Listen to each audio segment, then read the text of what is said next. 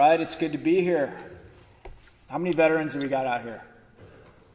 Holy cow, I'm in good company. Let's see if I can get my water to stand up here. All right, I'll put it on the deck. All right, how many people have heard of Bottle Breacher? All right, we got some work to do, I see. All right, cool. How many people are entrepreneurs out here? How many people want to be entrepreneurs? Awesome. I love to be in the presence of people that are entrepreneurs and that want to be entrepreneurs. Honestly, I never thought I would be more excited to go to work every day as I was in the SEAL teams. I thought I was just going to get out of the SEAL teams and my life was just going to kind of be vanilla and plain, and I was just going to be, a dad and a husband, and I'd do something traditional like most of my buddies were doing. And that's why I feel extremely blessed to be an entrepreneur. I feel extremely blessed to get to go to work every day, and I'm excited, and I actually enjoy going to work more today than I did in the SEAL teams, which is something I never, ever, ever thought that I would say. And I think the things I love about it, I love how challenging it is. I love that we have a mission at Bottle Breacher. I love all the nonprofits we get to work with. I love that I get to be creative and come up with new products. And I love that I get to work with a team of people that are better and smarter than me. All right, so it's been a wild ride. Did anybody see us on Shark Tank?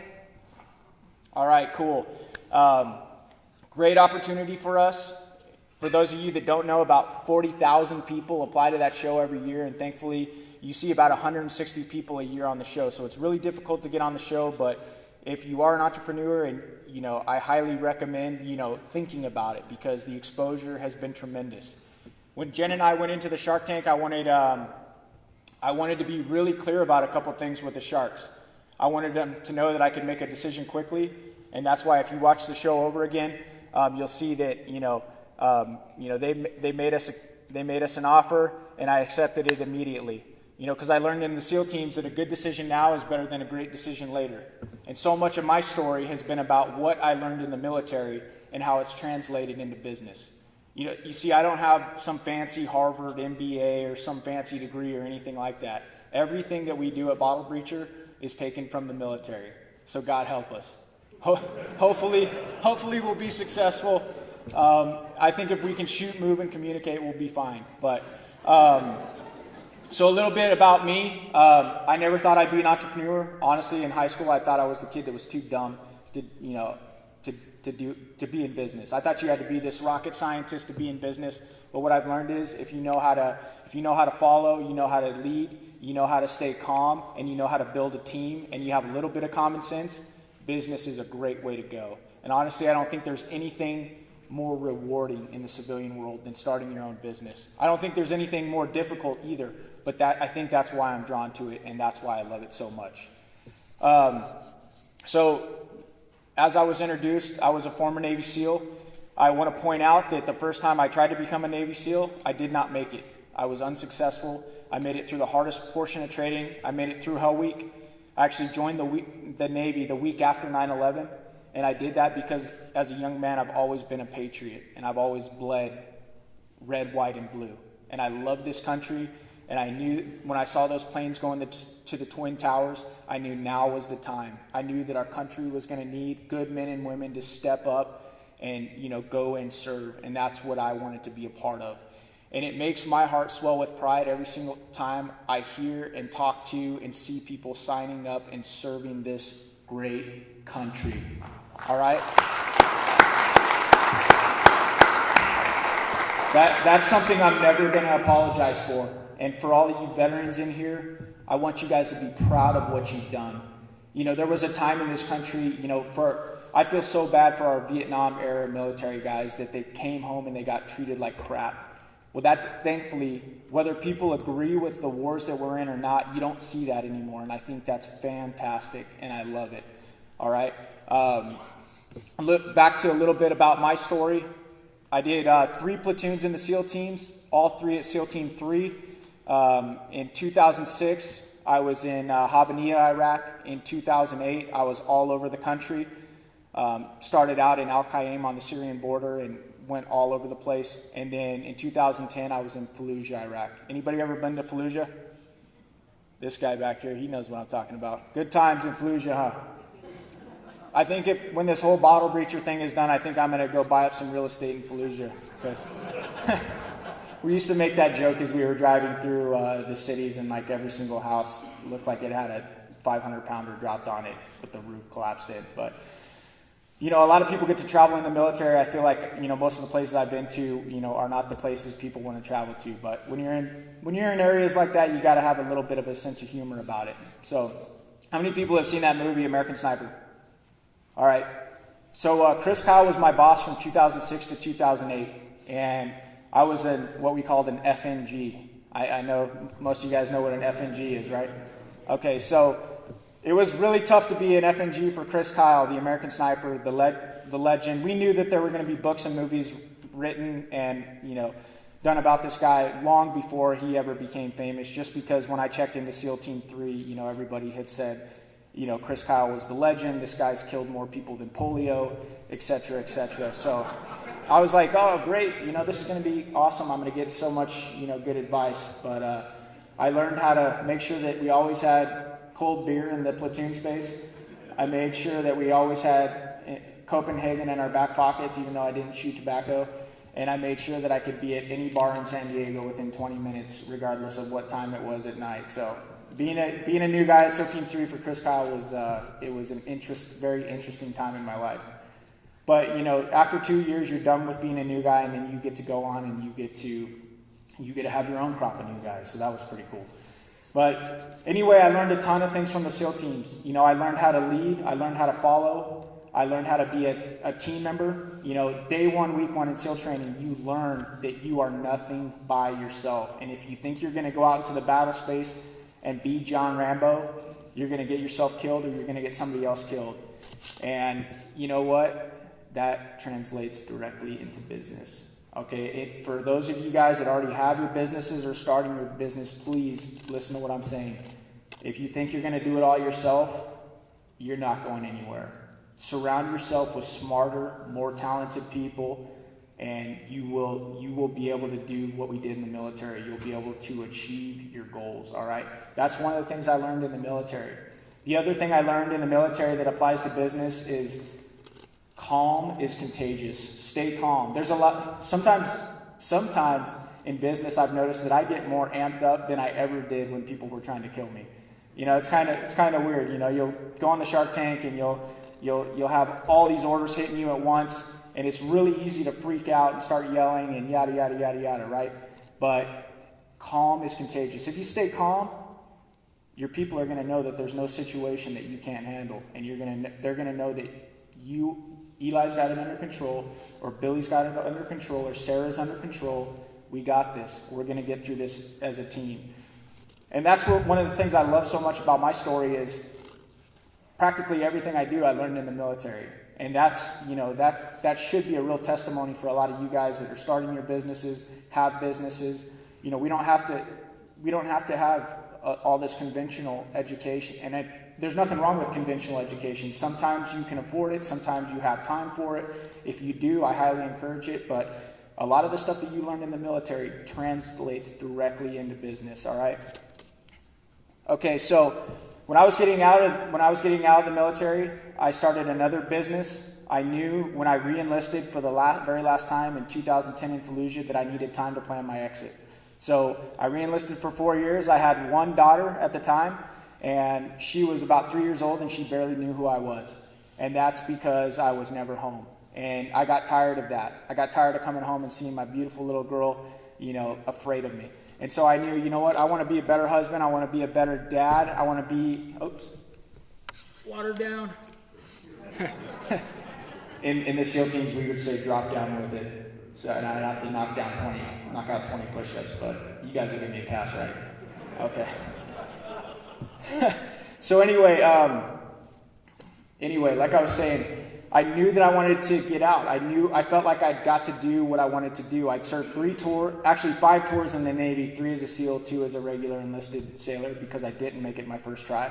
And that's something that I've actually really got in tune with is that to really appreciate my failures. And that's hard to do. And why do I say that? Appreciate our failures. Because our failures are where we really learn. You don't learn a whole lot from successes, honestly. Where you really learn is when you work your butt off for something, like when you want to become a SEAL and you make it through the hardest part, and then the instructors pull you in the office and they say, "Hey, Eli, you're not what we need, brother. We need better, stronger guys. You're tough, but we need the best of the best, and you're not that guy." And then you go out to a ship for 2.5 years. That's when you have to go back to that failure and you have to say, what did I do wrong? What went wrong? What could I do better next time? And that's what I've noticed separates the winners in business and in life a lot of the times from the people that aren't winning, is that the winners, they're not afraid of failure, okay? They're not only not afraid of failure, but they find the lesson in it. So if you can start to see your failures as more valuable than your successes, and you can learn to take the lessons from them, my goodness, that's when the floodgates start to open and you start to get on that trajectory towards success. All right? So anyway, getting out of the Navy, started my first business, Acumen Performance Group. I was one of 7 partners. They just had an article written about them yesterday in Sports Illustrated because they've helped turn the Atlanta Falcons team around. Go look them up, check them out. Really cool company. I loved doing that job. It was really, really fun. I liked all the people that I got to meet, and I really loved the work. But the business was never never generating enough sales for me to do it full time. So I had to step away from that business last year. And that's something as you got in your own businesses that you guys will see. Follow the green, not the dream. A lot of the times it'll be that second, third, or fourth business that you start that is the real home run champ. And so don't get discouraged if the first business that you're starting or the one you're currently in now just isn't doing what you need it to do, just isn't paying the bills. And I'm not saying abort. I'm not saying bail on it immediately. I'm just saying you only have to be right one time, okay? Just remember that. All right, so moved on to Bottle Breacher. How did that happen? A lot of people ask me all the time, how did Bottle Breacher start? Well, it started in a one-car garage in San Diego, and it started with me praying a lot. All right, and I'm gonna say that. I know that's not really popular. I know most people don't get up on stage and talk about praying because it's politically incorrect. But you know what? I quit being politically correct a long time ago. All right. How many people are tired of hearing all the speeches where everybody's just so afraid that they're going to offend somebody that they don't even give you the real story? I know I am. All right, so I started praying a lot, and I'll be honest, I'm supposed to be this big tough guy, this Navy SEAL, but I'll tell you what, I was concerned, okay? Because how many people voluntarily change careers at 36 years old with a wife, 2 kids, and bills to pay? This guy, these guys are brave back here. They did it. And I know that there are people in the room that have done it. I'm just telling you, veterans are 1% of the population. My point is that not a lot of people will do it because we're scared. And I was concerned. And so I was praying a lot. I was like, Lord, how do you want me to provide for my family? How do you want me to provide for my wife and 2 little girls? And so he gave me a bottle opener. Are you kidding me? A bottle opener? What? It's like, seriously, I'm gonna sell bottle openers. Like if I could show you on this big screen the faces that people gave me when I told them, hey, yeah, you know what? When I get out of the Navy, I'm gonna sell bottle openers. You guys would be laughing right now. I saw a lot of faces like, this kid's been around too many explosions. Yeah, he's lost it. We need to get him some counseling immediately. But anyway, that's been one of the cool parts of my story is, and I'm not ashamed to share it, is that I feel like when you turn areas of your life over to God, this is what happens. He takes something that doesn't make sense to anybody and he makes it marvelous and he makes it fantastic. And I'm not ashamed of it one bit. All right? Right, so anyway, I was a SEAL instructor at the time. I was teaching VBSS, Visit, Board, Search, and Seize. That's basically teaching SEALs how to take down other ships. So all the SEALs that were on the West Coast, they were coming through the training that we were putting on. And for a lot of the time, I was the LPO, the leading petty officer, so I was facilitating training. And that turned out to be one of the best opportunities for me to learn how to run a company. And it was completely different, but it was logistically very difficult, okay? You had to have fleets of helicopters standing by on station. You had to have naval vessels standing by. You had to have special boats ready to pick up the SEALs. You had to control 50 SEALs at one time. You had to make sure that nobody, no commercial aircraft were in the area at the time for the drop, so that our SEALs didn't get, hit by a plane as they were jumping out of an aircraft. And the list went on and on and on and on. And a lot of you have had to do really similar jobs.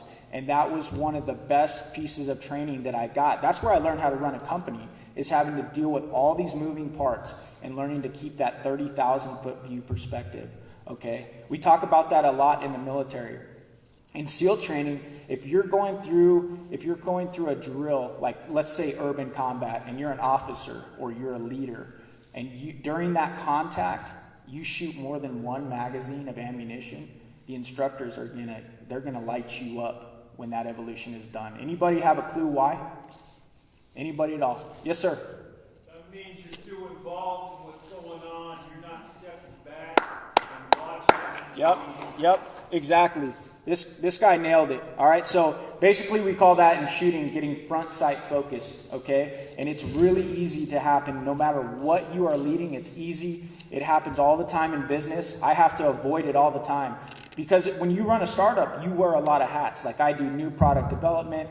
For the longest time, I did all of production. I do a lot of marketing now, plus running my entire company. And it's so easy for me a lot of the times to get sucked into one area, like production, launching a new prototype or launching a new product or designing a new product or making sure that, going and looking at buildings so that we can grow our business. It's so easy to get sucked into one area of your business or one area of the entire battle that you lose perspective on what's going on in its entirety. And so, that was another thing that I learned in the service, that works really great in business. All right. So I wanted to develop this business. It's funny because when people talk to me, they're like, "Oh yeah, you bottle breacher, you make 50 caliber bottle openers, right?" I'm like, "Yeah, that's kind of it." But for me, it's always been so much bigger. I want to be the biggest and greatest veteran-owned, made in the USA brand in the United States. All right, and that's so important to me, to be made in the USA. And I'll be honest with you guys, that didn't really used to be that important to me until I actually started doing it myself, and I saw how difficult it was to make product and service in the USA. All right, after we went on the Shark Tank, I had many emails and phone calls from sources overseas offering to make my product for a fraction of what we're making it for now. And I had, even though, from a business standpoint, it would have really helped pad our margins and allowed us to keep more of the money we were making, I said, no, we're not going to do that. And this has been a theme of my company since I started it. And I think it's one of the reasons we've been successful is because I love my country more than I love my business. And I always will. And I see myself as a servant now. And I've got about 35, maybe 40 years left on earth if I keep eating okay. But I hope that I get to be a servant for the rest of my life. Maybe I'm not wearing night vision goggles and chest rig and carrying an M4 anymore, but that doesn't mean that we can't be servants. And I think that's something I see in the veteran community a lot that's really lacking. And I think that's one of the reasons that vets sometimes struggle so much when they get out of the military is they lose that mission. And I'm here to tell you, I love my life more now than I did then. And I think so much of it has been tied to mission. Finding a new mission. Finding a new way to serve. Finding a new way to serve Americans. Finding a new way to serve veteran entrepreneurs, period. And giving them anything that I possibly can. Honestly, guys, right now, this is my busiest time of year. My company right now, we're probably 38, 39, maybe even 40 strong today. I don't know how many people are in there today. I was in there briefly this morning. This is our busiest time of years, and those guys are cranking. But I'm here right now because of what I talked about, being a servant, And I know there's veterans out there, and if one person comes away learning something from a fool like me, then it'll be worth it. And I honestly mean that. All right? So my mission at Bottle Breacher, provide for my family, bless as many people as I can, with an emphasis on veterans. Raise awareness about veteran issues and things that we face and things that we struggle. Why am I so passionate about helping vets? Because like I told you, since I came out of my mother's womb, they raised me to love this country. I love people, period, but I have a special place in my heart for Americans. And I want to serve. And I understand that freedom is not free. And I understand most people in this audience understand that better than most people do, because a lot of people in this audience that raise their hand, they signed up to serve, and they signed up knowing that they could possibly give their life for this country. And I think that's extremely noble. And so when I see people like you who are my heroes struggling to find work, struggling to make those connections, it breaks my heart. And I want to do everything I can to give back and do everything I can to continue to support my brothers. You know, in the SEAL teams, one of the biggest things the instructors were looking for was for people not to be focused on themselves. They were more interested whether you were more interested in your own pain level, or if the guy on your right and your left was more important to you. And that's one of the biggest reasons I didn't make it through the SEAL teams my first time. The first time I went through, even though I made it through the hardest part, I was concerned about Eli. I wasn't concerned about my brothers that were in pain, and I wasn't focusing my attention on them. And that's one of the coolest lessons I learned, is to be more selfless.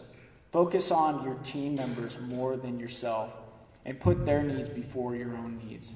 And I found that works really well in business, especially when you're trying to lead people. Because people don't care how much you know until they know how much you care. And that will always be true. All right?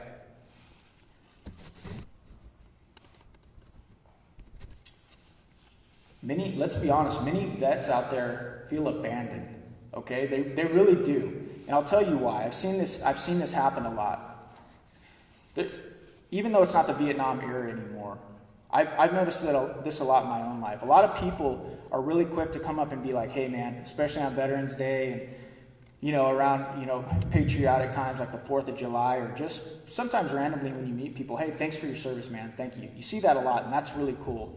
And now I've started doing it myself when I see people wearing uniforms in the airport, because I know that now they're standing to watch, allowing me to get to go and then live my life in relative peace and pursue my passions. Okay, sometimes they'll even tell you, let me buy you a beer, which is one of my favorites when they tell me that. I mean, I do own a bottle opening company, so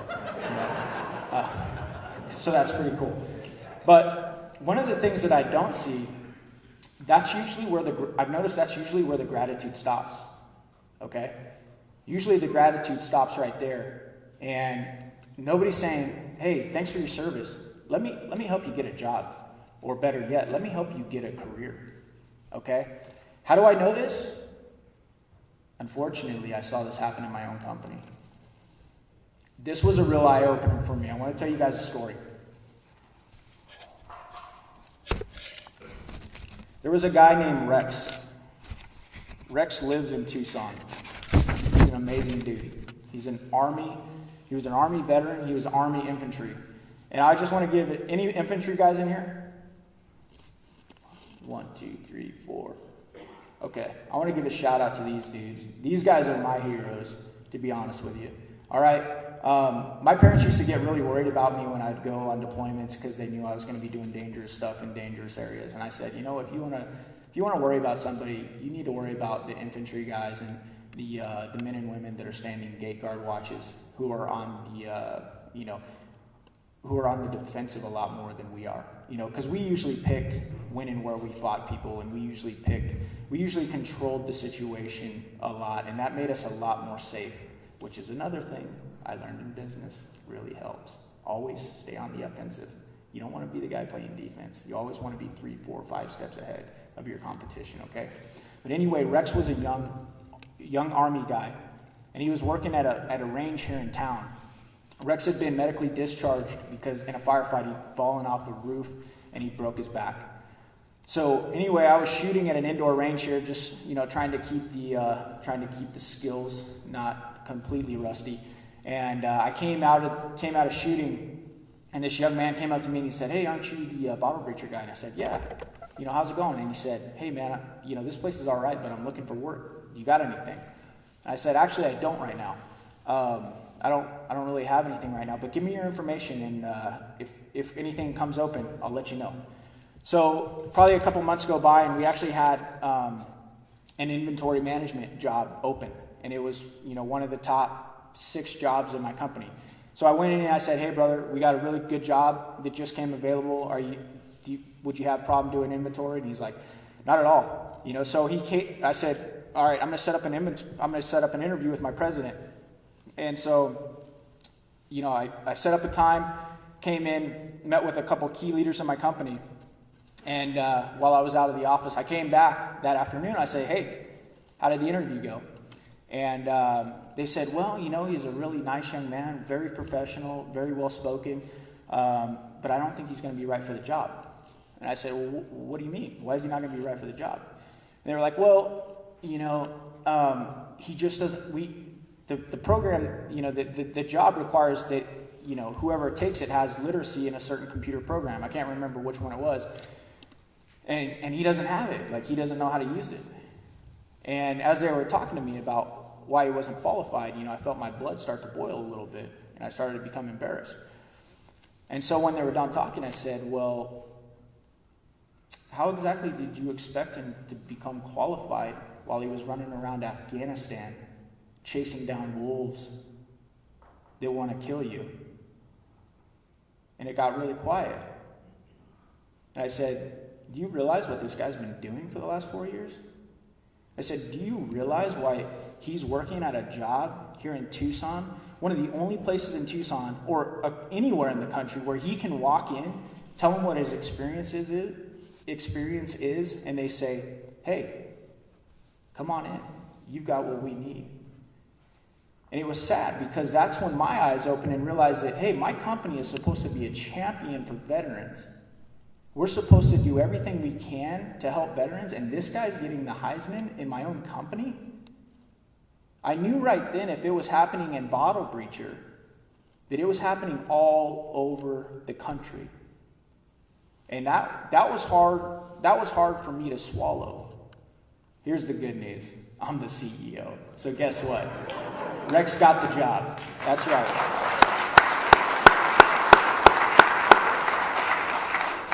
And I'll also say that not only did Rex get the job, but he did an amazing job. I'm still a little disappointed because he left me about a month and a half ago. But you know what? He moved on to bigger, better things. And as hard as it is as a leader to see that happen, it's pretty cool when you see your people move on and do bigger, better things. And the moral of the story is that as leaders, business owners, CEOs, managers, HR people, we need to do a better job in really understanding what these men and women who are our heroes and who have served us, what they bring to the table. Because they're getting the stiff arm all over the place because people don't think they're qualified. And after you spend 4 to 8 to 12 to 20 years serving this country, when you come out, there's a deficit. You're all of those years behind your peer group. They've been out in the civilian world doing these types of jobs, and so we're way behind them. But here's the thing, and this is what my staff learned with the Rex deal. These people coming out of the military, they have leadership, teamwork training. They have attention to detail. They know how to be disciplined. They know how to take and give orders. How many of these millennials coming out of college do you think have this type of stuff? Really? Crickets? Crickets? Yeah, not too many of them. And I'm not trying to bash a generation, but let's be honest here. A lot of these vets coming out of the military have some of the most difficult skills for us as leaders to train our people in. We trained this guy in a week how to use this software that we needed. How long do you think it takes to train somebody to be professional? How long do you think it takes to teach somebody to be a team player and to put his brothers and sisters their needs before his own? How long do you think it takes somebody to have discipline and learn how to be a good follower and then a good leader? It takes a lot longer than teaching somebody how to use a program. And that's my challenge to leaders, people with platforms, people that have the ability to give veterans a chance. Because that's all they need. They need a chance. They don't need a handout or an entitlement. They need an opportunity. And then watch out, because they'll show you what they're made of. That's one of the biggest issues facing our vets today. But here's the flip side to that coin. This is something else I've noticed. And I'll call my own community out. I've noticed that I watched a lot of my brothers get out of the Navy before I did. And one of the things I noticed was how long it was taking them to get jobs. And this is one of the things that scared me into working my butt off and working a lot of late nights and late mornings to make sure that my wife and my daughters didn't go hungry. We had heat, we had AC, we had all the things that we needed. All right. That really, really scared me, watching my brothers take 9 months to 12 months to find, in some cases, a job, not even a career. And I'm talking about really highly trained and talented people, okay? But one of the things I noticed was this attitude right here. I'm a Navy SEAL. Give me a job. It don't work that way. All right? This is where we as veterans need to take accountability and responsibility for ourselves, okay? I'm a veteran. That's great. We all signed up to be veterans. We all signed up to serve. And if somebody extends you gratitude or tries to help you out, that's a bonus, but don't count on it. Act as if you're going to have to do it on your own. I know that's what I did. I didn't count on the government to do anything for me. Matter of fact, as I was leaving the Navy was supposed to pay for me to move my family cross country back to where we were supposed to be. I had to fight them for 2 years to get that money. And that's just what I expect from the military. And not because it's a bad organization, but because it's so big, it takes forever for them to move. And honestly, a lot of the times they don't have our best interest at heart. They have a bottom line at heart.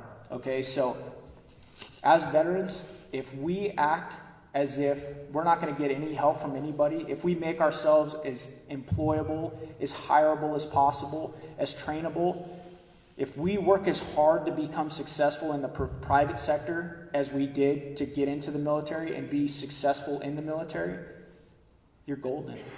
You're going to be great. All right? So those are the two things that I've noticed.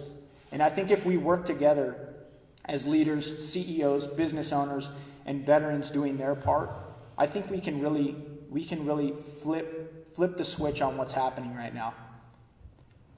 Do you guys have any idea how many unemployed veterans there are in the United States right now? Anybody? Too many? Yeah, that in 2014, the last time I saw statistics, it was around 500,000, 500,000 unemployed veterans. That's way, way too many. All right? And the other statistic I saw, there was like 30 or 40,000 homeless veterans. And that's just ridiculous. But it's going on all over the place. And so it is a real issue, and it demands that we treat it as such. And it demands that we do everything we can to not only help our brothers and sisters, but if we are vets, it demands that we continue to serve. And that's what my message is all about. Regardless of what capacity you're in or what resources you have available to you, if you continue to serve, the mission doesn't die when you take off the uniform. All right? Guys, thank you so much for your time. God bless this country, and God bless the men and women that allow us to be sitting here today in peace and able to thrive and able to carry on the way that we do. Thank you so much, guys. I appreciate it.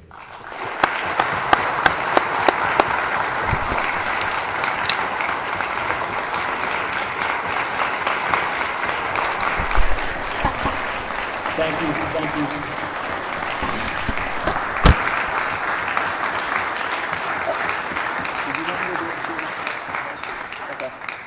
So, see, I call him Gentle Giant, and he teases me about it. But gentle because you hear how much he cares, and a giant because I have to look up to him. And other things, of course. Right. Anyway, we'd like to entertain questions at this time. You must be heard a lot that intrigued you, and I know that's why I asked Eli to be here today. So, who'll be first with a question? Here we go. We have a mic.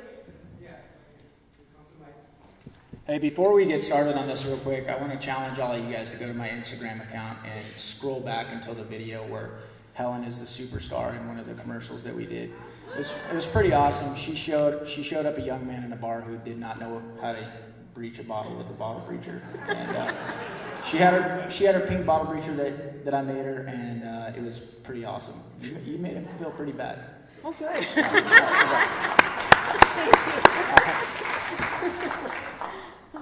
Okay. I have never heard of your company until today. What else? And I know that to make a lot of money, you have to have more than one product. And I hear you say you have product development. What else do you have besides a bottle opener? Fantastic. Thank you. Thanks for giving me the opportunity to talk about my company. All right, how much time we got? All right. So, like I said, I always knew this was going to be more than a 50 caliber bottle opener, which made us famous. Or clearly not that famous because she hasn't even heard of us. But anyway, so we have a bunch of bottle breachers. We have the 50 cal, we have the 7.62 keychain, the really small one. We have a 20 millimeter, a 30 millimeter. We expanded into barbecue tools. We have a lot of barware like whiskey bullets.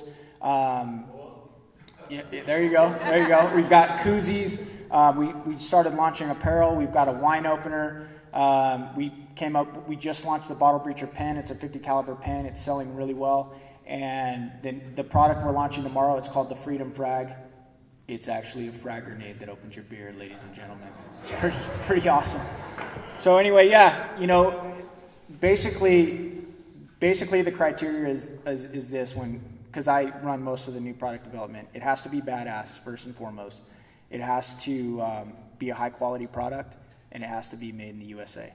So if we can continue to come out with products like that, we also do a lot of personalization. That's a really good upsell for us. We have 6 laser engravers, and so you can put on most of our products. You can personalize them any way you want them. So, it's a lot more than a 50 cal now, but that's how most people know us. Thank you for your question.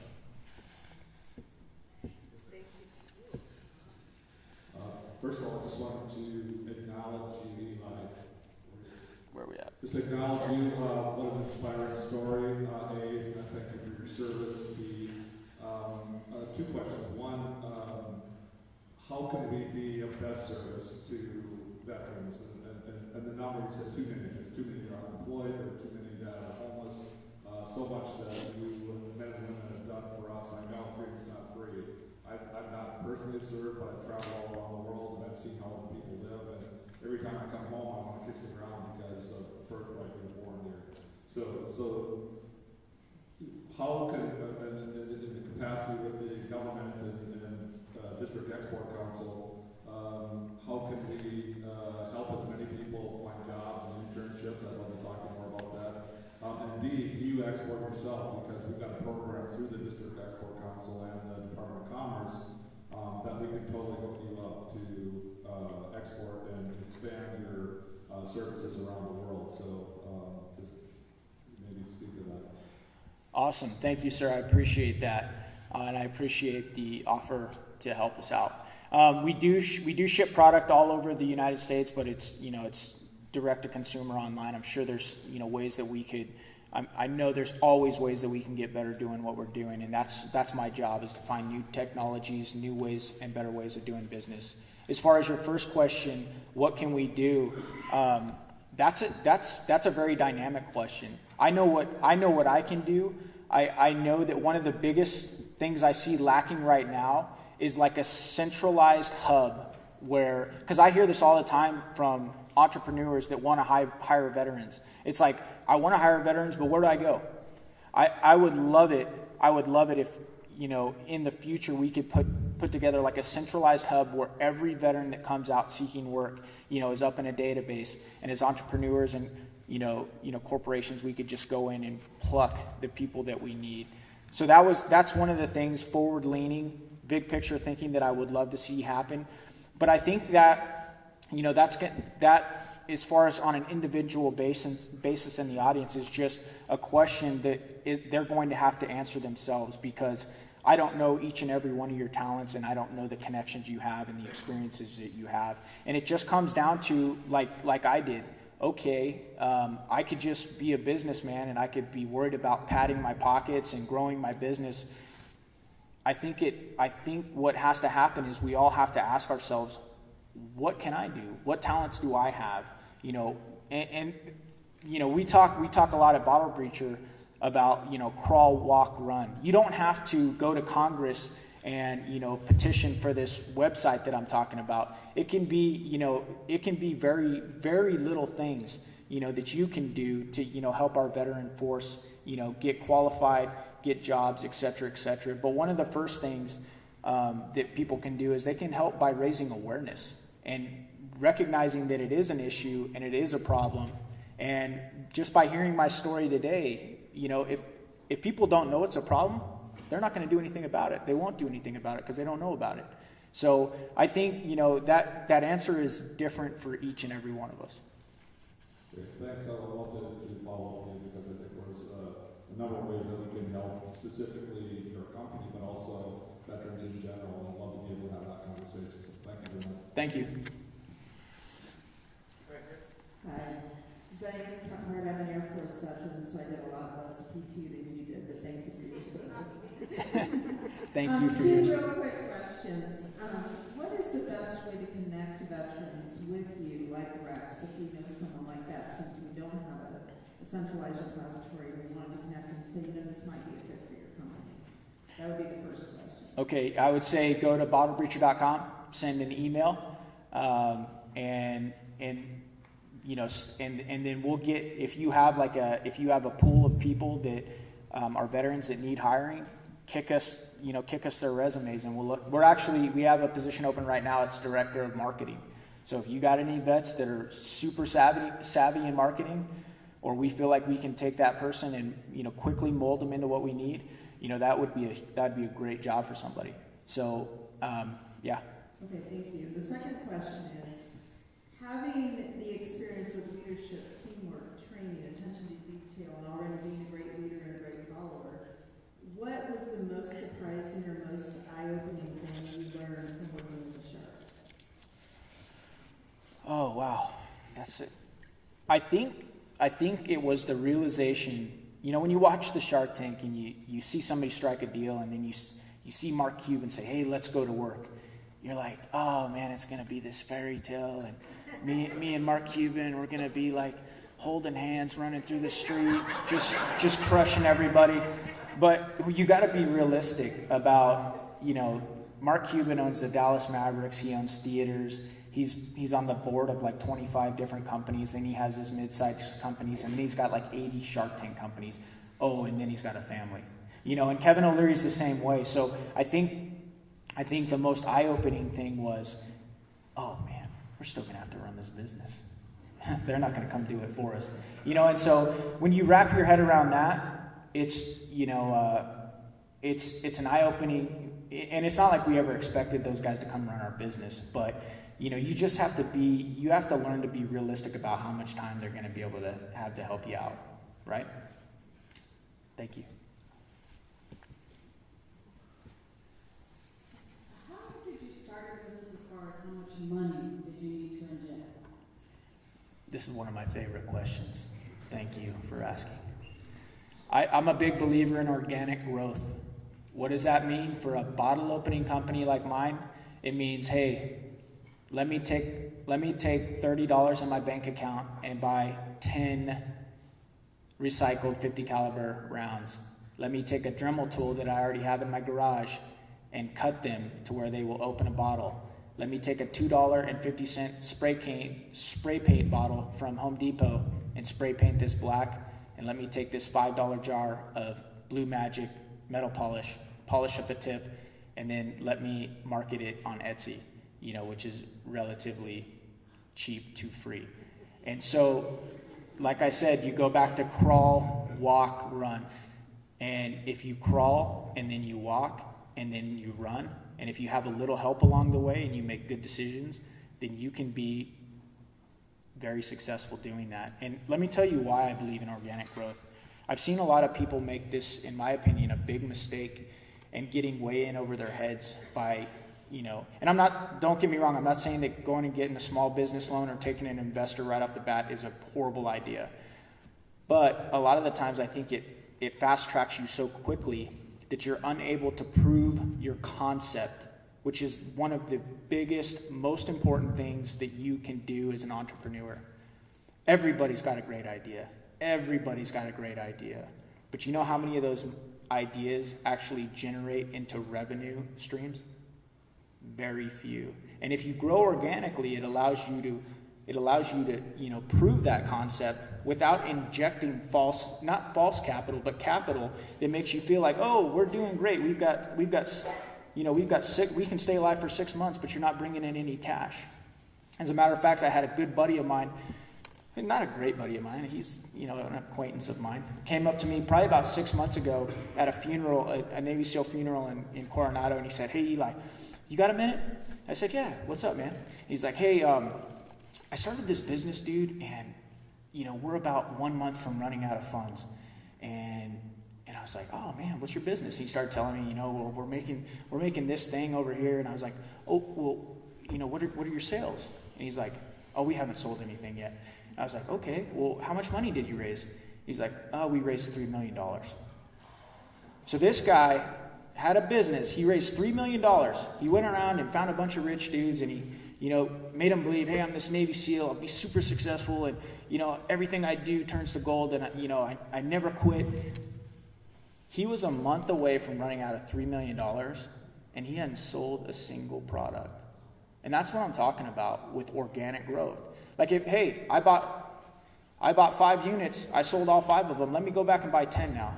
Okay, sold those 10, let me bump it up to 50, because as your buy goes up, then your cost per unit goes down, and that's how you become profitable. And it's not, I tell people, I'm not shy about telling people a little finances.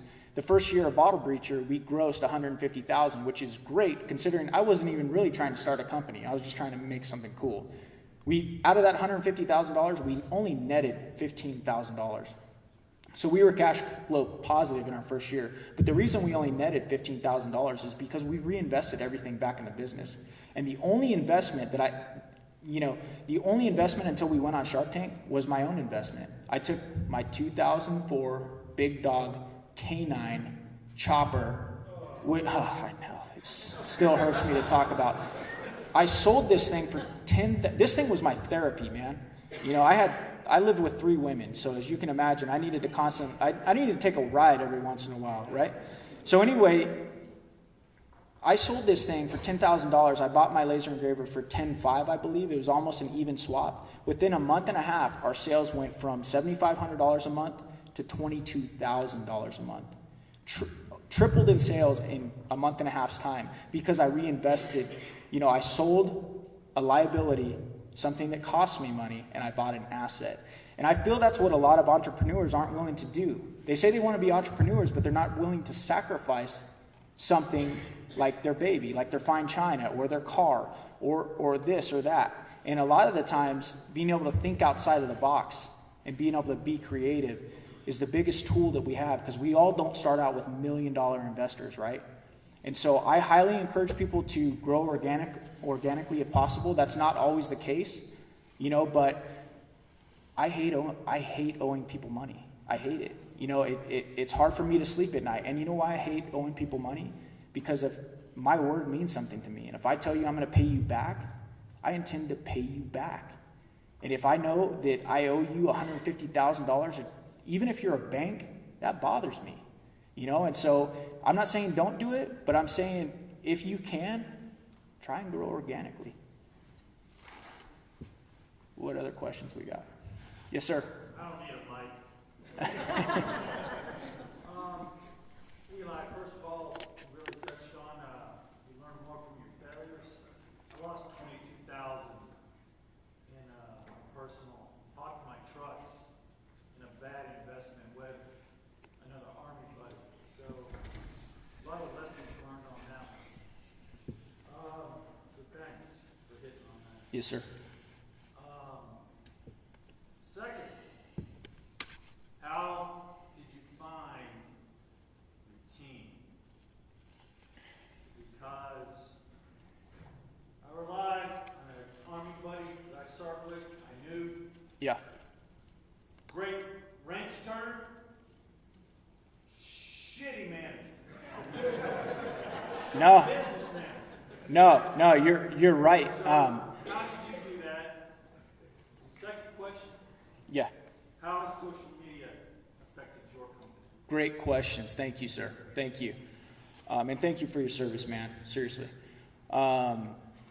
First question. A lot of it comes down to, as far as your team. I say this a lot at Bottle Breacher, and my staff knows it by heart now. Usually it's not the first person we talk to. Usually it's not the second. Usually it's the third or fourth. And what I mean by that, it doesn't matter if you're looking for a powder coater. It doesn't matter if you're looking for a truck to run your product from Tucson to Phoenix, or it doesn't matter if you're looking for a director of marketing. A lot of times you have to be realistic and realize that, hey, it's usually not going to be the first guy that I bring in here. And honestly, it's sad to say that, but you kind of have to set up your expectations to know that it's probably not going to be the first or second guy I talk to. Usually it's going to be the third or fourth guy I talk to, and then bam, that's going to be it. It does, like we see it all the time, whether we're looking for a remarketing, firm, or whether we're looking, for, a new vendor, or so on and so forth. And, the sad thing is most people overpromise and underdeliver, and that's just the sad truth of life. And I don't feel like I used to see it as much in the SEAL teams, but I feel like I see it a lot more in the private sector. And I've had to kind of, set my expectations up for that. And, a lot of times, one of the biggest things I look for is when I'm interviewing people and talking to people, one of the biggest things I'm looking for is loyalty. Okay? And when I do business with other people, I'm only half looking at the service that they provide. The other half of what I'm looking at is the people behind the service. Because you can have the greatest product in the world. I've turned down opportunities with great products and great businesses because I felt like the people behind them were not honest people with integrity. And so that's one of the first things I look for. Honestly, a lot of the times, I don't care if this guy can, run circles around you in the IT department, but if I don't feel like he's a good person, I'm going to go with the person that I feel like will go to hell and back with me. So loyalty is one of the biggest things that I look for. Your second question was social media. Wow. I'm glad you touched on that one. Ladies and gentlemen, there has never been a better time to be an entrepreneur, and let me tell you why. This little tool called the internet is the biggest, baddest tool on the planet, and it's the great equalizer. If you can learn how to harness and access that tool, and I don't have all the answers, I don't know how to use, I'm still trying to figure it out each and every day, but you know what that allows us to do? It allows the little guy like me and you to fish in the ocean. And why do I say fish in the ocean? Because when you fish in the ocean, there are billions of fish that you can catch, or billions of dollars. If you're fishing in the lake, there's hundreds of thousands, and in the pond, maybe a couple hundred. And back in the day of old, before we had, if you were just a regular guy like all of us in here, the only people that we could only fish in the pond, because the only people we could attract were the fish that were passing by our storefront each and every day. Learn how to use the internet. Learn how to interact in social media. If you guys want to see my strategy, it's real easy. Go. Instagram's the only social media account that my company lets me control. It's pretty fun. I'm too real for everybody else, I guess. They're afraid of my social media account. But anyway, what I try and do on my social media account is I try and relate to people. I try and give them a behind-the-scenes no BS look at my company and my strategies. I try and show them the good, the bad, and the ugly. And that goes back to something I said at the beginning. I'm so sick and tired of seeing these companies that are faceless and they're corporate, and they're so afraid of offending somebody that they won't even be themselves. And it's like, be who you are. If people don't like it, that's okay. And that's just me. I know that flies in the face of. There was one of my team members had a meeting with the U of A college, and they were looking over our social media, and Twitter and Facebook got good high marks because they're corporate and they're PC, and they're like, yeah, but Instagram, man, we need to clean up Instagram. And I'm like, and they offered to take it over for me, and I was like, no, you're not touching my Instagram, because my company is going to have heart, and you're not taking the heart and soul out of my company. It's going to be what I want. It's going to be what I'm about. We're going to talk about my faith. We're going to talk about patriotism. We're going to talk about how much I love this country. We're going to talk about being a Made in the USA brand. And we're going to talk about veteran causes. And we're going to tell jokes. And if you don't like it, don't buy my products. Period. And that flies in the face of what everybody else is doing, because everybody else's strategy is don't ever offend anybody because they could become a possible customer. But I told you before, I love my country a lot more than I love my business. And so I'm going to do the right thing. And I'm going to say some things at times that ruffle some feathers. And that's okay with me, because I'm not going to be some corporate lackey, a yes man that, follows the PC rules all the time. So I know I just went off on a big rant, but I want you guys to understand. You can be unconventional, and I learned that in the SEAL teams. You can be unconventional, and you can be successful. And don't let all these people who have learned the same exact thing. Trust your gut, and if your gut tells you, hey, this is the right thing to do, and this is how I want to present my company, you get to make your company be whatever you want it to be. Don't let them tell you, hey, no. This is how you have to be. Don't let them tell you that. Because last time I checked, we have freedom of speech in this country. And, I'd rather be Eli Crane than some corporate puppet.